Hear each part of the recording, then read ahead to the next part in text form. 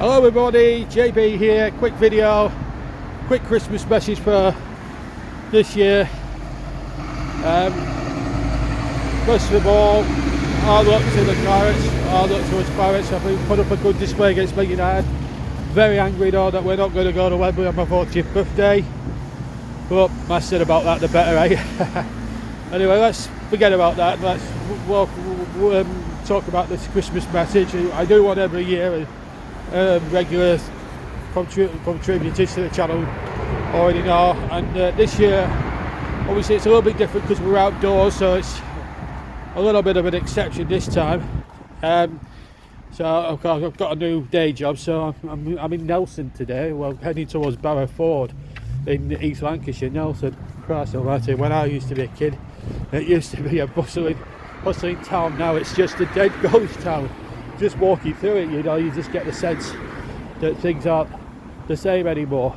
But now I'm just going to do a little speech on what's been happening in the last year. If you haven't seen it already on JB Sports, we've tried to do some Pez stuff, which has been okay. It's done all right, but mainly it's more to do with the TC Hub and everything. Now, obviously, you missed about 3 months worth of TC Hub earlier in the year. That's because I had 2 copyright strikes, which annoyed me so much. So you didn't get to hear the cup final, you didn't get to hear the latter stages of the FA Cup and the running for the Premier League. But we did have this summer on JB Sports the Women's Euros, and Nicholas Jones, what a great job he did. I mean, he was just unbelievable. Man of the tournament for my money. Terrific to actually have the Women's Euros and have women's football commentary of women's football showcased on the channel. It was just one of those, you know, and it was a privilege for me to host for him the actual final, which England won. You know, so in many ways we did get an England win this year, which was tremendous.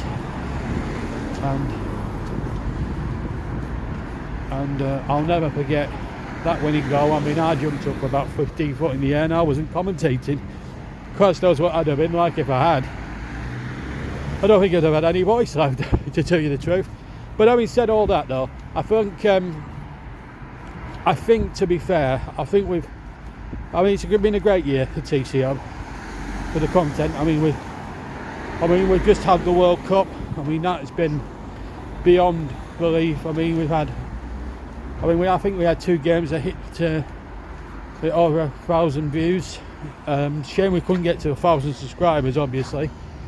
But some of the games, you know, the problem is because it was a Winter World Cup and still a lot of people are putting in overtime for Christmas stuff, and then there's people Christmas shopping. We didn't get the viewing figures as we would have loved. But that said, you know, I still feel that the team itself had a great tournament. Again, Nicholas Jones, Luke Turton, I thought his commentaries were amazing today. Amazing this thing. Paul James came of age as a commentator in this tournament. I thought he did well. Russ, might you expect, because they've been doing it for as long as I'm, for a little bit longer now, so they know the score and they're very capable commentators. So if I'm not there to carry a big final, them two are well settled to do a big final. Russ did the League Cup final. Russ still a great presenter. Nicholas, I think he's grown of age this last year, Nicholas Jones. I think out of all the broadcasters, I think, because I'm one of the more senior ones, I can judge who's going to be hot, and I think Nicholas is definitely getting that way in a lot of ways. I think he's, you know, you can tell he's trying to build up a sense of occasion. You can tell that he loves the game. He's passionate about broadcasting. He's you know, it's a good lad. And I've had the privilege of working on him during the World Cup. When, you know, I've only had about 6 or 7 games during that tournament, but I've worked on him about 95%. Worked with him on the games, at least 95% of the games I've done as a commentator, and I have to say his build up, his presenting is absolutely superb. And I think if people are doing down, then I think that's a great disappointment, because I think within a year or so he'll be just perfect. I think he'll be perfect, and I think when I leave the commentary scene, whenever that may be, if I'll ever leave the hub, I'm not leaving when it's foreseeable, but if I do, I tell you what, if there's anyone to be a senior commentator for the future, I think Nicholas Jones is the man. I really do think that. Ross, Mike, they're senior commentators in the wrong right. Ross did the FA Cup final. We didn't do it on JB Sports, obviously, because we had those 2 copyright strikes. But I listened to Ross's commentary back, and he did an amazing job. I would have done it personally if I would have actually done it if I hadn't been indisposed in my then day job. But it just wasn't meant to be. But I had 3 finals this year, and I was quite happy to get them all. Me and Paul James did the Nottingham Forest against not Nottingham Forest, did the Liverpool final, Chelsea League Cup final, which was for a 0-0, one of the most tremendous games of football I think I've ever commentated on. For a 0-0, it was for 120 minutes that February afternoon at Wembley. I thought it was a very good game. It was end to end. I thought Cahella and Mendy pulled off some top quality saves, and then the penalty shootout. I think that's probably one of the longest penalty shootouts I've ever covered in my commentary career. I think it ended, 11-10 to Liverpool at the end of it all. Well, great final. Didn't get any goals, sadly, over the 120, but the penalty shootout as well, that was dramatic. I still think Liverpool's goal after 70 odd minutes should have stood, but it didn't, and that's just the way it is. And I'll come on to VAR before the end of the video, because obviously I want to get the grab up. Did Liverpool again in another final, the European Cup final, when JB Sports came back into the TCO wheel reckoning. There's a cyclist there. I don't appreciate that. That makes me jump. The TCO reckoning, when we came back into it, did the European Cup final. The start of it, the kick-off was delayed by some 50 minutes because of UEFA's, I don't know how there's been an investigation. I hope they get the book thrown at them, quite honestly.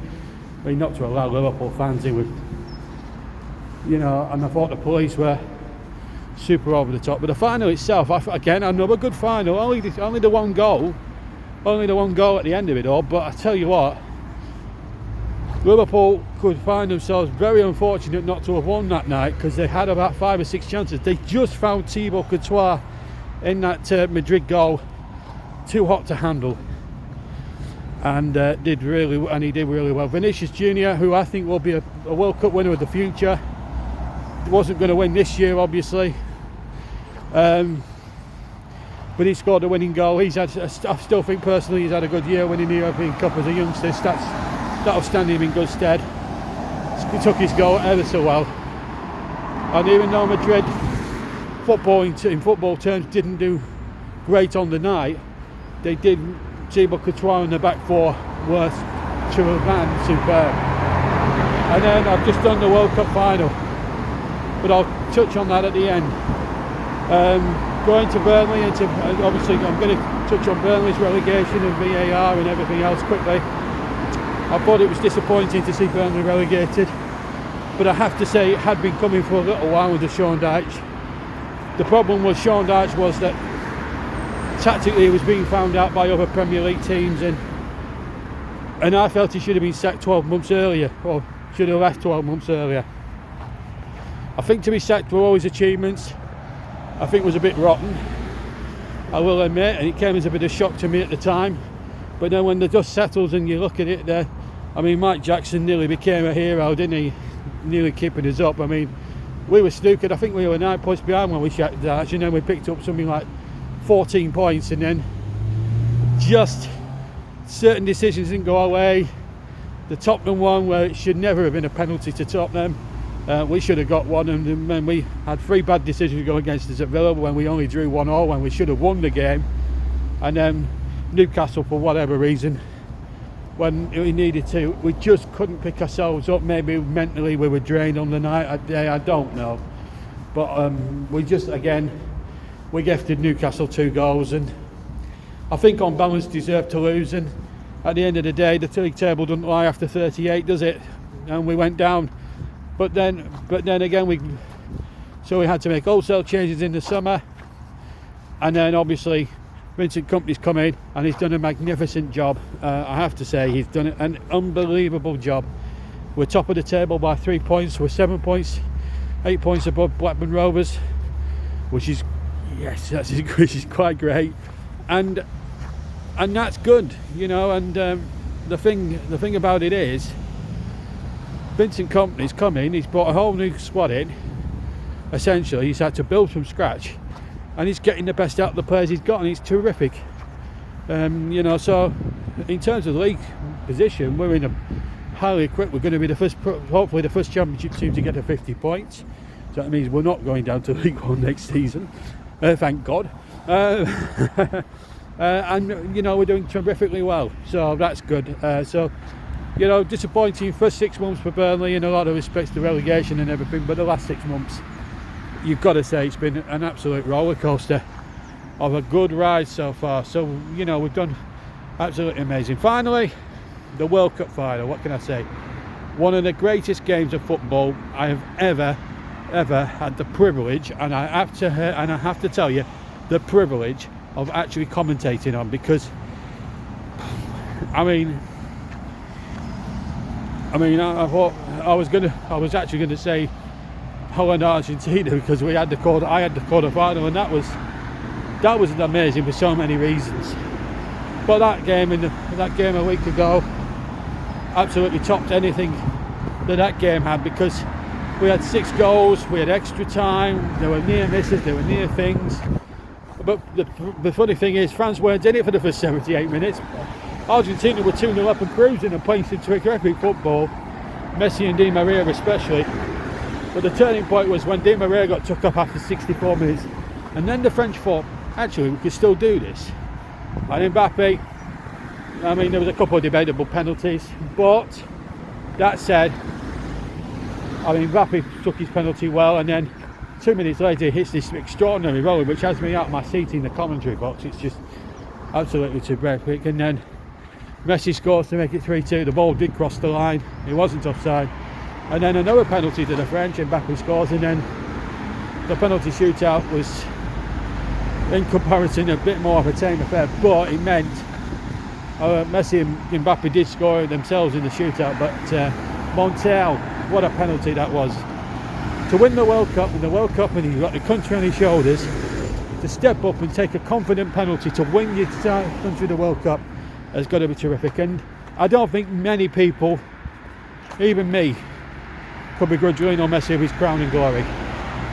Definitely the greatest of this generation, not the greatest of all time, because I still think Pele with his 3 World Cups, and it's sad news really that Pele's cancer is making him deteriorate rapidly, and that's really sad to see. But as a whole, I have to say Pele's still the greatest of all time.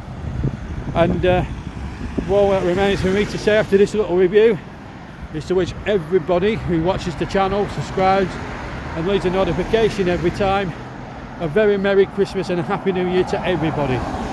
And I mean literally everybody that tunes into my TCM feeds, to everyone who watches the virtual sports, and on my big game Burnley reviews, and you know, things like that. And you know, it's a pleasure to do it, and I hope you've enjoyed my little review. And I'm not talking about England, because I've talked about that, and I don't want an England exit to spoil Christmas. So I'd just like to wish you all a very happy Christmas and a very happy New Year, and let's have more the same in 2023, shall we?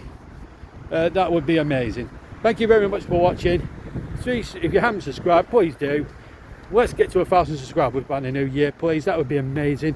But have a Merry Christmas, Happy New Year, and for me, JB, take care. Merry Christmas, everybody.